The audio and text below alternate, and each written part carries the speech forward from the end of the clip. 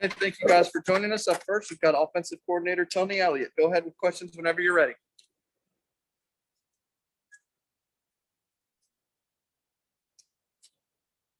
Questions for Tony Elliott. Tony, this is Matt. Just how would you judge the offensive performance today? Just first thoughts walking off the field. Really, really proud of our guys because, we prepared for who we thought they were going to be, and they came out in a structure that was completely different than what we've seen. And really only seen them do that one other time, and that was last year versus UCF. So I thought the guys did a good job of settling in, especially in the second half, and doing what they needed to do because structurally they weren't going to give us the big play. They were going to make us be patient. So proud that they found a way, to win the game, to do what was necessary.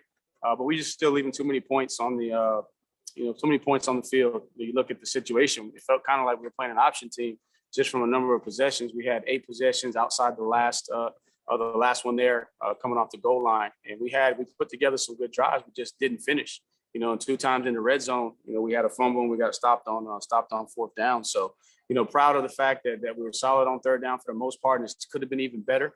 No sacks. So there's some positives to build off of. But also there's going to be some things that we can learn and grow from. Hey Tony, it's David Hood.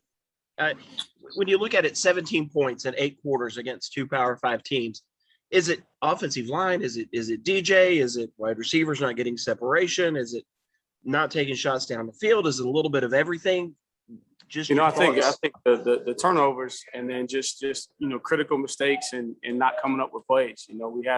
We had a play there in the first half where with receivers coming open, we triggered just a little bit quick on third down, which would extend a drive. And then you had a situation there in the second half, where we get a ball to Ross and we don't come down with it. So it's a combination of a lot of things, but in particular, this game, if you looked at structurally what they were doing is they said, you know what, we're going to sit back and we're going to give you a 3-man front and we're going to drop 8 in the coverage. So we're not going to give you anything over the top, right? We're going to see if you can be patient. And so our whole game plan had to switch once we saw that they came out and structurally we're going to be different than what we were anticipating. Very, very different than how they were versus last year. And then what we've seen coming outside of Kennesaw State is a triple option team. Tony, this is Grace Rayner with The Athletic. Just what went into the decision to not putting DJ under center there at the end of the game? Coach talked about in that situation, we wanted to see if we could try and draw him off sides. We haven't been a much under center team, in the past. And so we were going to do what we did and we hand the ball off, we get out, we just happen to fumble it. We hold on to that ball, we get out of the end zone there and the game's over.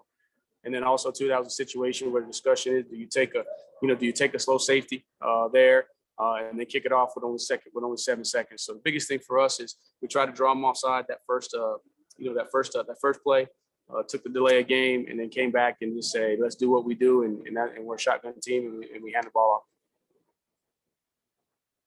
Coach Elliott, CRS. Thoughts on how the offense was able to battle and regroup in the second half, and what's your mindset and plan going forward after a tough night like this one? So we came in at halftime and basically, we had to regroup. Really, really proud of the staff. Thought that it was a growing moment for us to come together, especially with some new guys on the staff, being in an adverse situation there. But had 3 possessions, and we're driving on that first possession and we don't convert that 3rd and 4th. Then we go down and have a 12-play drive for a touchdown. Then we're on another 12-play drive after that, and we fumble in the red zone. So really, really proud of how they responded. We asked DJ, we said, hey, in this situation, you got to give us an extra hat. I thought he came in and he ran the ball well. We actually had the conversion on the short yardage situation before we fumbled it. So proud of the heart of these young men. And it's an opportunity for us to grow and get better as a team and, give us some confidence and understanding that, hey, their plan was to not give us the big play and see could we be patient. And for the most part, we did that. But we also played into their hand a little bit with the 4th down stop that we didn't convert there. And then the other turnover in the red zone.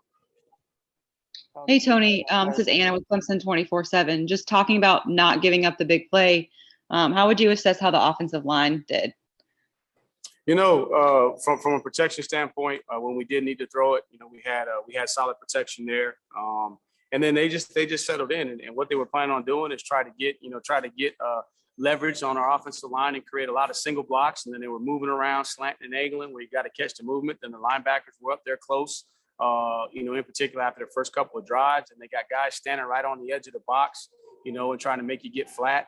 So I thought the guys did a good job of just handling the situation and finding a way, when the game was on the line to come up with the drives to put us in position. We just got to finish.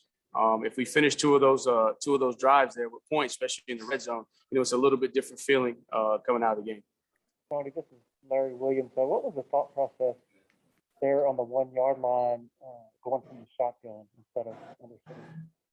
Right. So as I answered that question earlier, is just we've been, how many times have you seen us up under center? We just been a shotgun team, and we do what we do, and the biggest thing there was not risking we hadn't been under center all game and risking a fumble snap right there. And then again, we tried to draw them off sides, see could we steal 5 yards, and they jumped a little bit, but not far enough into the neutral zone. We took a delay. And then we came back, we handed the ball off, and actually we're out of the end zone. Just young backs going to grow from that situation. We don't secure it. We fumble it back into the end zone, and it results in a safety. So biggest thing is, we've been a shotgun team. That's what we do. And that'll be something that we'll have to assess going forward as well, a learning opportunity for us as a staff. Hey, Tony, twofold. All right, go ahead. Twofold question. First off, on that front, was there any consideration given into like a fly pattern and throwing the ball out of bounds on that final, snap in the end zone? And then secondly, what do you see from DJ mechanically that you think he needs to clean up? The first part of the question, that wasn't really something that we discussed in that situation. And the biggest thing, for DJ is just, constantly working on his footwork in the pocket, making sure that he's not throwing off balance, that he's not leaning away from his throws, just keeping his front shoulder locked in on his target. He missed a couple throws. Like to see him do a little better job on that back shoulder throw, and then that third down throw that we missed there in the first half on the post route or the slant route that Joe was coming open on. Tony, this is Matt. Were you disappointed at all that you weren't able to have more success rushing the ball with them dropping 8 in the covers? Well, we knew that if it took us having 4 yards in a cloud of dust, that's what we needed to do to find a way. Because the biggest thing was, they were trying to bait us into. If you watch, they were doing a lot of different things. They were showing press, they were bailing, and they were trapping, and they were squatting. They were doing a lot of things to try and confuse the young quarterback in the passing game. Again, they probably half the game, if not more. They were dropping 8 guys into coverage, and then again they were moving that front. So that you couldn't really had them up like the way you wanted to, and then they were peeling you off any double teams. So obviously you'd love to come out of that game, and have a ton of yards rushing the football. But at the same time too, we said coming out of the half, so let's be effective. But if it's 4 yards in a cloud of dust, let's try to figure out how we can target these guys. Had them up and just keep moving the chains. And proud of the way the guys bought into that coming out of the second half. And they found a way to score enough points. But also, too, it's a great learning opportunity that when we get into the red zone, we got to be able to put points on the board. Tony, any thought of just even with the covers that they were playing, just trying to take a shot downfield and seeing if some of the guys could win some of those matchups, going up and making a play, even if they were dropping 8 in the coverage? Right, and we took a couple shots down the field, but at the same time too, we're just trying to stay efficient and effective and ahead of the change too. So you take a shot, maybe you get a PI, maybe you convert a play, but then also too, man, they were squatting hard, changing some of your coverage reads, at the line of scrimmage. So it was a lot of cat and mouse. Hats off to Georgia Tech. They had a good plan. They stuck with their plan. Caught us I wouldn't say caught us off guard, but it was definitely different than what we were expecting going into the game plan. It was a totally different structure, and it took us a little while to get adjusted. And then once we finally settled in on, with the delay and everything, when we settled in on what the plan was going forward, we stuck with the plan, and it ended up, providing a situation where we could score just enough more points than that.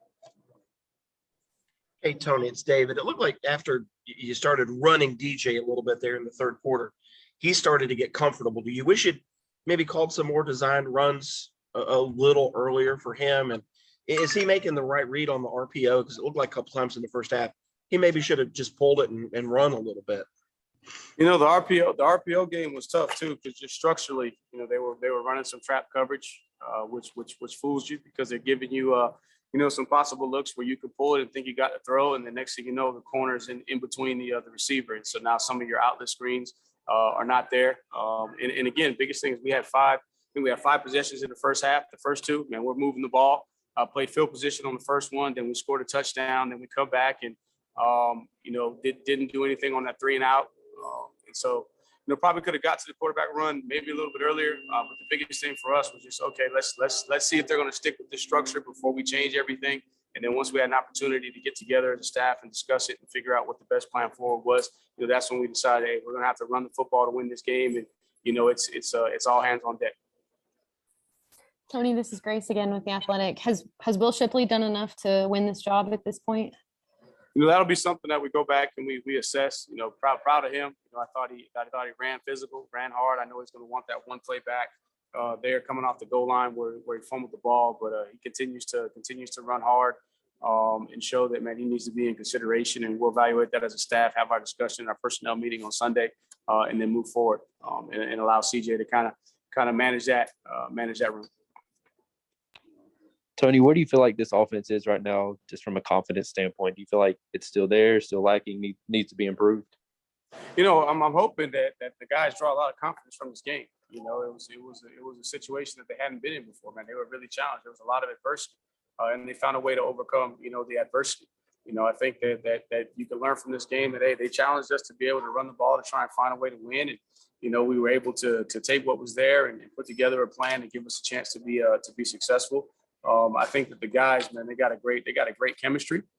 Still some spots where we got to do better, and that's at all positions.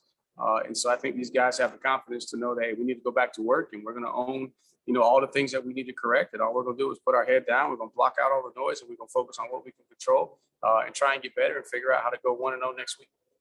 Take one more for Coach Elliott. On that shovel pass, the fourth down shovel pass that was kind of there in the first half, it looked like maybe that was on the offensive line. A couple of the guards, we stopped penetration. It was a stalemate by the tight end there on the edge, and we needed the guard that was pulling around to wrap a little bit tighter. He wraps a little bit tighter, then he's gonna find that scraping backer, and then Shipley's gonna be able to make him right with the cut.